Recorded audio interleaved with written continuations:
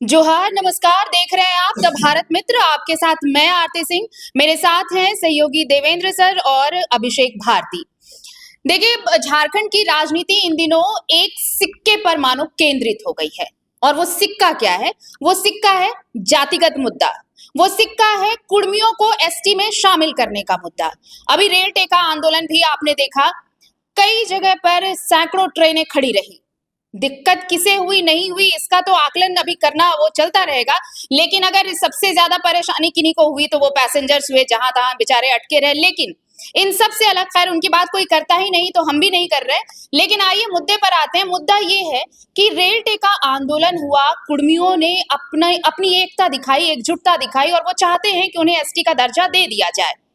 और यही सवाल क्या झारखंड में एक अलग राजनीतिक परिदृश्य को तैयार कर रहा है? क्योंकि इसके आंदोलन के बाद, इस आंदोलन के बाद अलग अलग राजनीतिक दलों से जो प्रतिक्रियाएं आई हैं, उसे जब आप एक जगह कैलकुलेट करेंगे तो आपको लगेगा कि एक ऐसा मुद्दा है जो बाकी चीजों को छोड़कर वहां पर सेंट्रलाइज हो रहा है। तो क्या है इसके मायने, क्या अलग अलग नजरिए से इसे देखा जा रहा है, और इसके दूरगामी परिणाम क्या होने वाले हैं, इस पर बात करते हैं। देवेंद्र भैया, आप तो खुद थे, आपने देखा आंदोलन हुआ, उसके विरोध में भी हुआ, लेकिन ये अलग राजनीतिक परिकथा यहाँ पर लिखी जा रही है। कैसे समझेंगे इसे?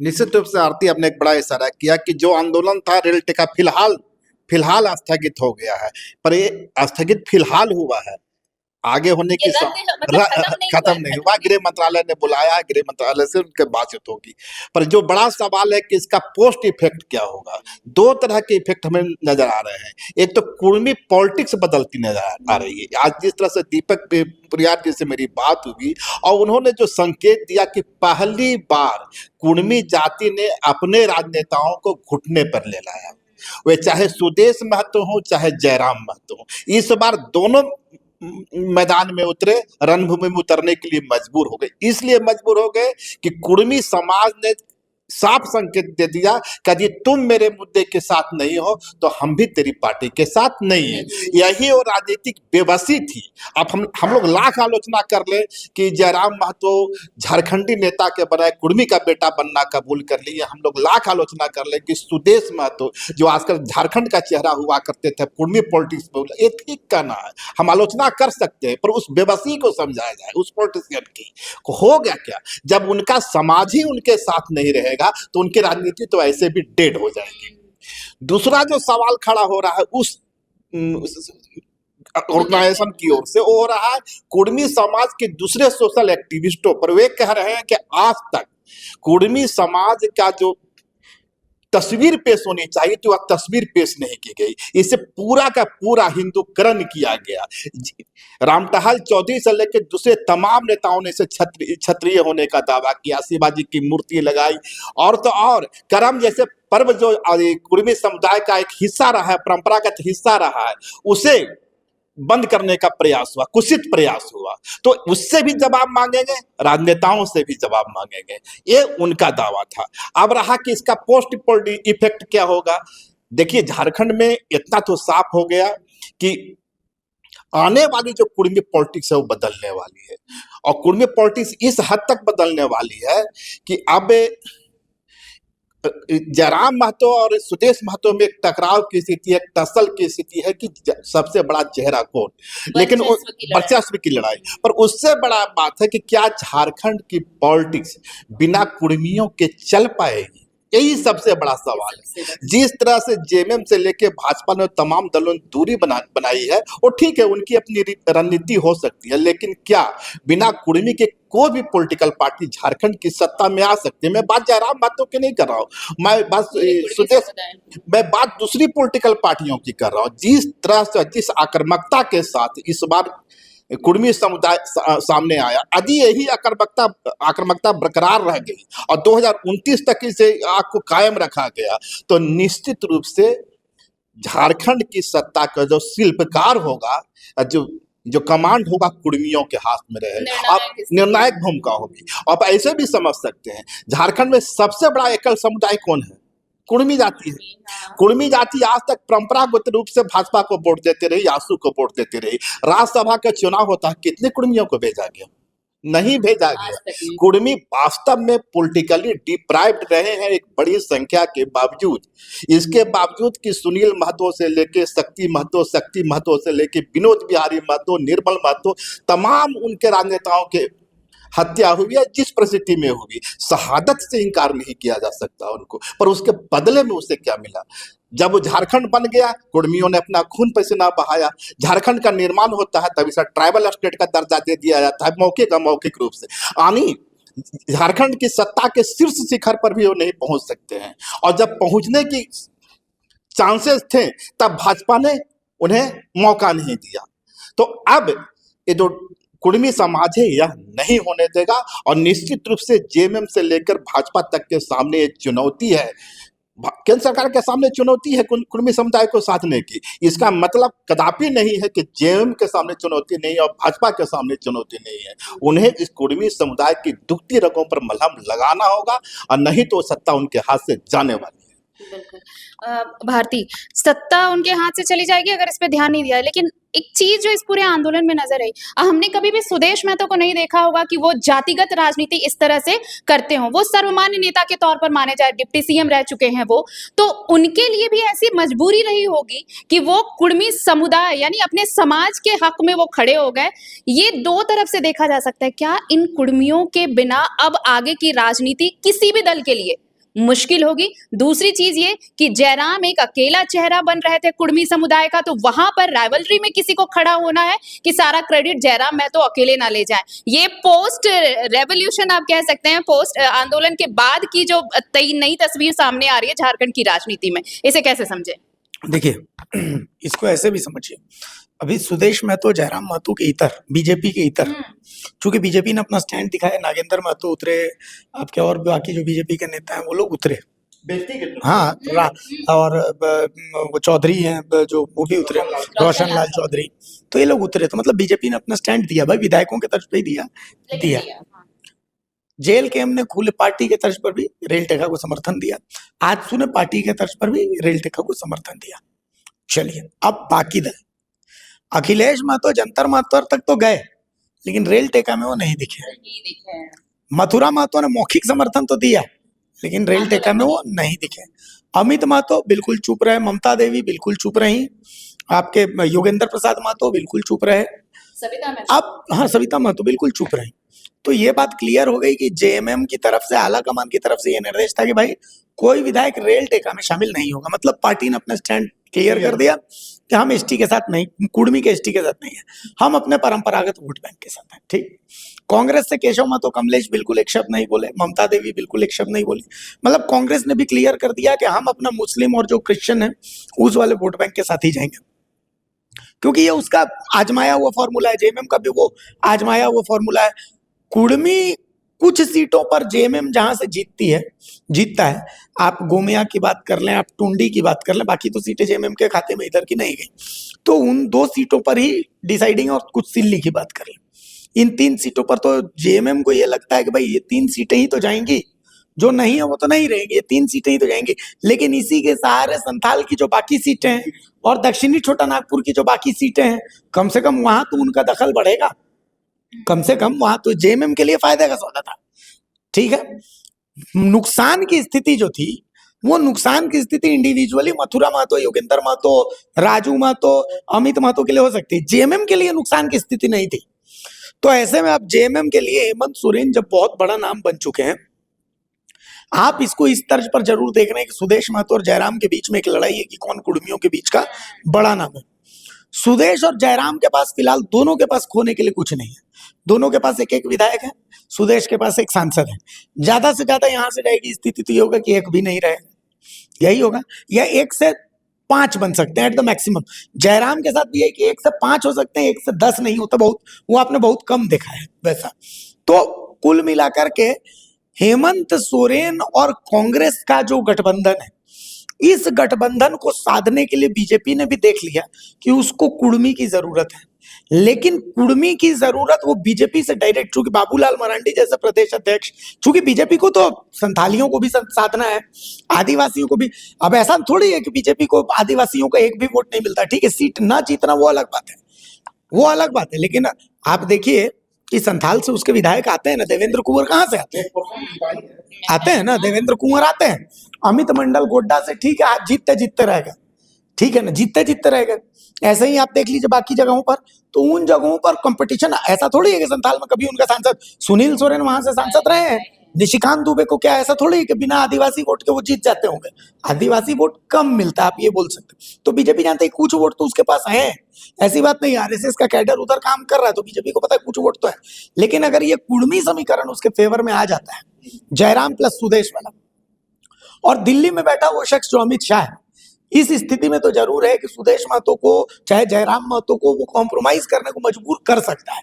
तो एक ऐसा गठबंधन की परिकल्पना की जा सकती है हेमंत सोरेन को रोकने के लिए, जिसमें सवर्ण वोटर बीजेपी के साथ, ओबीसी वोटर में बहुत बड़ा तबका जो है वो बीजेपी के साथ जाता है, बहुत बड़ा तबका जो है वो बीजेपी के साथ जाता है। वैश्य समुदाय, बनिया समुदाय, ये लोग जाते हैं, वो लोग जाते हैं। तो ऐसे में अगर कुर्मी वोटर उसमें पूरे तरीके से जुड़ता है जयराम और सुदेश के थ्रू, भले साम दाम दंड भेद कुछ भी करना पड़े, और जयराम सुदेश अभी इस स्थिति में नहीं है कि वो नाक की लड़ाई लड़ेंगे। हो सकता है ऐसी कंडीशन दे दे कि ठीक है, आपका जो है वो कोयलांचल जो है, कोयलांचल में कुछ सीटें जो है वो जयराम की, कुछ सीटें सुदेश की, और वो कॉम्प्रोमाइज हो सकता है। हालांकि अभी दिल्ली बहुत दूर है, चुनाव बहुत दूर है, लेकिन इस पॉलिटिकल सिनेरियो में एक बात ये संदेश साफ हो गया कि जेएमएम और कांग्रेस अपने परंपरागत वोट बैंक के साथ गए हैं। उनको फर्क नहीं पड़ता कि आप रेल उखाड़िए, हवाई जहाज रोकिए, उन्होंने अपना स्टैंड क्लियर कर दिया। इंडिविजुअली नेताओं के तर्ज पर भले वो फंस सकते हैं, लेकिन एक पार्टी के तर्ज पर उनका स्टैंड क्लियर है। बीजेपी का एक पार्टी के तर्ज पर स्टैंड भले जो भी हो, लेकिन इंडिविजुअली नेताओं के तर्ज पर उसका स्टैंड क्लियर है। और आजसू और जो जेल के में इनका स्टैंड क्लियर। तो ऐसे में बीजेपी कहीं ना कहीं भविष्य ओबीसी वोट बैंक को लेकर के जयराम और सुदेश को साथ में लेकर के देख रही है। देवेंद्र, ये एक अलग हो सकता है समीकरण अगर हाँ, हाँ। अभिषेक जी ठीक सारा कर रहे हैं, पर उसकी असली चुनौती उसी कोल्हान में होगी। कोल्हान में यदि जेएमएम चुनाव जीतती रही है तो उसके पीछे फैक्टर कुर्मी वोट भी रहा है ना। तो क्या उस स्थिति में जब कुर्मी समुदाय नाराज होकर के एकदम से जेएमएम से और अलग शिफ्ट लेता है, वो भाजपा के साथ जाता है या अलग कोई और मोर्चा बनाता है, उस स्थिति में क्या जेएमएम को नुकसान का सामना नहीं करना पड़ेगा? उस हालत में जेएमएम को भी नुकसान का सामना करना पड़ेगा। इसलिए मैं कहता हूँ कि देखिए, राज्य की 20% आबादी या 16% आबादी को आप आइसोलेशन में नहीं रख सकते हैं, और खासकर तब जब कुर्मी जाति के अंदर में बड़े अच्छे चेहरे आए हैं, युवा आए हैं, उनमें सोशल अवेयरनेस आया है। एक जमाना बीत गया है कि कुर्मियों से वोट लीजिएगा और अगलों को आप भेजिएगा राज्यसभा, वो नहीं जमाना है। अब कुर्मी समुदाय अपनी हिस्सेदारी की बात कर रही है। तो ठीक है, एसटी दर्जा मिलेगा नहीं मिलेगा वो अलग सवाल है, कम से कम ओबीसी आरक्षण के तहत उनको सम्मानजनक आरक्षण तो मिले। मैं समझता हूं कि दिल्ली में जो बात होनी है वो इसी, और हेमंत सोरेन ने 76% रिजर्वेशन का सिक्का फेंक दिया है मैदान में कि 76% आरक्षण है। तो 76 अभी लड़ाई क्यों हो रही है? अभी लड़ाई इसलिए हो रही है कि ओबीसी की आबादी करीबन मोर देन 50% या 50% है, रिजर्वेशन उसका 14% है। तो 14% रिजर्वेशन में पूरा का पूरा जो ओबीसी समुदाय 50% झगड़ रहा, ये मूल झगड़ा यहाँ है आरक्षण का। तो यदि जो चाणक है, भाजपा के अध्यक्ष के भी चाणक है अमित शाह, इस गुत्थी को सुलझा देते हैं कि भाई चलो इसको हम 27% कर देते हैं, तब जाकर के कुर्मियों के थोड़ा मलहम लगने की कवायद हो सकती है। नहीं, कुर्मियों पे मलहम तो लगेगा, लेकिन एक सवाल यहाँ भी उठता है कि अगर जेएलकेएम, आजसू, बीजेपी सब एक तरफ आ जाते हैं, अभी अगर बात कर ले, अभी सामने सबसे बड़ा है घाटशिला उपचुनाव, यहाँ पर जेएमएम का सपोर्ट दूर रहा, रेल टेका में वो नजर नहीं आए, कोई भी खुलकर कुछ नहीं बोला। बाकी पार्टियां जो चाहती हैं, जो सेफ खेल रही हैं, वो भी अलग रही, बीजेपी भी अलग रही। तो अगर कुर्मी का इतना बड़ा वोट बैंक है वहां पर, कह रहे हैं वहां पर कि 26% से ज्यादा है, तो क्या इसका असर भारतीय वहां घाटशिला में नहीं दिखेगा? क्या जेएमएम ने अपनी एक रणनीति तो जरूर बनाई होगी कि अगर वो रेल टेका में शामिल हो रहे हैं या नहीं हो रहे हैं, उसका प्लस माइनस क्या होगा घाटशिला में, ये तो सोचा ही होगा। जाहिर सी बात है, देखिए जेएमएम ने ये सोचा है तभी तो इस रेल टेका से वो दूर है। सिंपल सी चीज है। घाटशिला में एक बात तय है, जो जेएमएम की रणनीति है, इस रेल टेका से दूर रह करके जो वहाँ संथाल वोटर्स जो हैं और जो बाकी एसटी वोटर्स हैं, उसको तो जेएमएम ने एक मुश्त अपनी तरफ कर लिया। अब रहता है वहां से बीजेपी और आप कुर्मियों को इग्नोर नहीं कर वही तो मैं कह रहा हूँ, अब रहता है वहां पर बीजेपी और जेल के। अगर बीजेपी और जेल के हम दोनों वहां से प्रत्याशी देते हैं तो रेल टेका का समर्थन तो दोनों ने किया है, तो वो जो एसटी वोट बैंक है वो भले यहाँ ना बटे, लेकिन बीजेपी और जेल के में वो कुर्मी वोट बैंक तो बटा ना, वो सवर्ण वोट बैंक जो है वो तो बीजेपी की तरफ जाएगा, लेकिन वो जो 25% जो दावा किया जा रहा है वो कुर्मी वोट बैंक है। तो ऐसा थोड़ी वो एक मुश्त जा करके और वो जेल के हमको ही दे देगा। अगर बीजेपी की तरफ से आज चुना, चूंकि एनडीए का हिस्सा है, तो ऐसी स्थिति में बीजेपी के पास भी तो कुछ वोट आएंगे। अरे भाई, रोशन लाल चौधरी ने इतनी मेहनत की है, नागेंद्र महतो ने इतनी मेहनत की है, तो उस मेहनत का कुछ तो नतीजा 10 वोट आएगा, लेकिन आएगा तो एक मुश्त वोट जो जेएमएम को जा रहा है वो तो जा ही रहा है, वो तो जा ही रहा है। एसटी वोट उधर जा रहा है, क्रिश्चियन वोट उधर जा रहा है, उसमें कोई इफ बट नहीं, मुस्लिम वोट एक मुश्त उधर जा रहा है ना, लेकिन इधर वोट बट रहा है। अगर दोनों प्रत्याशी, वही मैंने कहा कि अगर वो 7 प्रत्याशी होते हैं तो फिर कंपटीशन बराबर का होता है, लेकिन अगर दोनों प्रत्याशी उतार देते हैं तो फिर कंपटीशन नफे का सौदा। जेएमएम ने इसीलिए तो अपना स्टैंड क्लियर किया। भैया एक आखिरी के पीछे को रणनीति बनती है कि ठीक है, हम सार्वजनिक रूप से घोषणा नहीं करेंगे, प्रत्याशी कमजोर देंगे, प्रत्याशी नहीं देंगे, इस तरह की को रणनीति बनती है ना, तब एक स्ट्रेटेजी हो। और एक सवाल यह भी है ना कि भाजपा की ओर से अभी तक तो चर्चा चल रही है, और चाचा चंपाई के बेटे बाबूलाल सोरेन की, चंपाई सोरेन ने भी क्लियर नहीं किया है कि वे कुर्मी स्टेटस के पक्ष में है या खिलाफ में है। तो हेमंत सोरेन को तो जवाब 2029 में देना पड़ेगा, लेकिन इनको तो अभी देना है। इसमें एक और चीज है कि निशा भगत ने जब इसके खिलाफ बोला तो जयराम ने तुरंत जारी कर दिया कि ठीक है भाई, हम तो स्टैंड ले लेते हैं। ज्योत्सना केरकेट्टा पिछले 1 हफ्ते से अलग अलग मंचों से बोल रही हैं, लेकिन सुदेश में तो अभी भी वो मुंह नहीं छोड़ पा रहे हैं। जो लेटेस्ट रील आप देखेंगे भारती, उसमें तो उन्होंने एक लाइन है, वो बड़ा उनका रील भी बहुत पॉपुलर हुआ है, जने पुड़ी ओने मुड़ी, ये कहा है उन्होंने। ये आप कुर्मियों के लिए है, कुर्मियों के लिए। तो अब इसके बाद भी अगर पार्टी एक्शन नहीं ले रही है तो आप समझिए कि कुछ तो सोच रखा होगा अपने बैग, मतलब बैग में उन्होंने, सुदेश महतो ने कुछ तो सोचा होगा। सुदेश महतो कुछ ने सोचा नहीं, सुदेश महतो ने ज्यादा नहीं सोचा। जिस तरह से रिएक्शन में जयराम महतो आ गए, सुदेश महतो ज्यादा नहीं सोचे, समझ गए कि क्षणिक मामला है, 15 दिन का है, महीना दिन का है, ये भी सेंटिमेंट है, इस सेंटिमेंट के दरमियान है। मैं चाहती हूँ कि ये इस वक्त यहाँ पर वो ज्योत्सना केरकेट्टा का वो रील आप हम दिखाएं, आप देखिए और सुनिए। जने मुड़ी तने पुड़ी रे हैं, ठीक है, जने मुड़ी तने पुड़ी रे हैं, कुर्मी समुदाय, जने मुड़ी तने पुड़ी, जिधर फायदा उधर लुढ़क जाना है। तो सुन लिए आप, ये देखिए कैसे बोल रही है, जने पूरी ओने मुड़ी। निश्चित रूप से निशाना कुर्मियों पर है, पर सुदेश महतो कभी भी सिर्फ कुर्मियों के नेता नहीं रहे, तो उनके अंदर गट्स फीलिंग जो है ना झारखंडी का है, तो समझते हैं। अब आरोप लग रहा है ना, अब आरोप लग रहा है, उनकी बेबसी भी है। जिस तरह उनका वोट बैंक उनसे खिसक गया है, तो उस हालत में उनकी बेबसी है कि अपने समाज का वोट बैंक तो बचा लें। अभी एक्सपैंड झारखंड का चेहरा तो बनेंगे, तब बनेंगे, अभी तो घर के समाज रहे। जयराम महतो और सुदेश महतो के बीच का अंतर ही यही है, जयराम की एग्रेसिवनेस और ऑन द स्पॉट त्वरित तौर पे। जयराम भी फंसते हैं, ऐसी बात नहीं कि नहीं फंसते हैं। रजनी रवानी का जो मामला हुआ या सुषमा बड़ाई का जो मामला हुआ, इन मामलों में जयराम फंसे, लेकिन जयराम ने सबसे बेस्ट समझा कि भाई चुप्पी बरतना ऐसे मामलों में बिल्कुल बेहतर है, तो चुप्पी बरत गए। लेकिन इस निशा भगत के मामले में तुरंत एक्शन ले लिया। तो सुदेश महतो भी ये बात जानते हैं, इसीलिए फिलहाल वो चुप्पी बरते हुए कि मेरा फोकस उधर है, क्योंकि ज्योत्सना केरकेट्टा जैसे लोगों की जरूरत उनको लोहरदगा के चुनाव में पड़ेगी। भाई ज्योत्सना केरकेट्टा बोल रही है तो आप उन पर एक्शन ले लेंगे, कल को देवशरण भगत भी बोलेंगे, देवशरण भगत भी पार्टी के कोर मेंबर हैं, झारखंड आंदोलनकारी, वो भी बोलेंगे लोहरदगा से चुनाव आप लड़ते आ रहे हैं। तो ऐसी स्थिति में सुदेश महतो का कुछ बोलना जयराम महतो से ज्यादा इंपैक्टफुल और ज्यादा नेगेटिव भी हो जाएगा, तो इसलिए सुदेश महतो इन तमाम चीजों को जानते हैं। रिजल्ट जाएगा। चलिए, तो अब क्या है इस रेल टेका के बाद झारखंड की राजनीति में क्या कुछ बदला है और आने वाले दिनों में क्या कुछ बदलेगा, इसका तो इंतजार करना होगा। लेकिन जो इस चर्चा का जो विषय रहा, वो आपको कितना आपको सही लगता है, क्या इसमें और छूट गया, क्या और ऐड किया जा सकता था, ये आप हमें कमेंट सेक्शन में भेज सकते हैं। फिलहाल ऐसी खबरों की खबर के लिए आप देखते रहिए भारत मित्र, और ऐसे ही प्यार और विश्वास लुटाते रहिए। शेयर कीजिए, सब्सक्राइब करिए हमारा चैनल, यही मिलेगी सब सिर्फ और सिर्फ आपको ऐसी खबरें।